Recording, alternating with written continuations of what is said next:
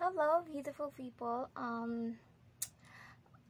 I just wanted to say na mag-iingat po kayo kasi meron po tayong medyo masama po ang panahon. Sa katunayan, dito sa aking room pagising ko may tubig kasi tuloy-tuloy ang ulan. So sa mga nagmumotor paalala lang, mag-iingat po tayo sa pagmamaneho, dahan-dahan lang po. At sana kung may kapote kayo ay huwag niyo pong kalilimutang dalhin kasi minsan tuwing gabi ay talagang umuulan. So mag-iingat po tayong lahat. And well, herbal tips po tayo.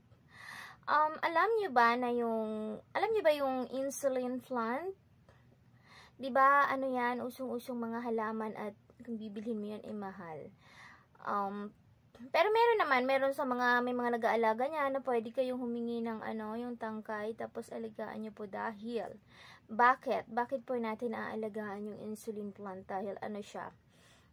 Isa siyang herbal medicine kung saan nakakababa po siya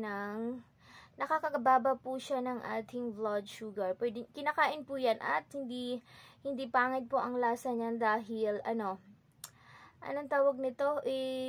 Ang lasa niyan medyo maasim po.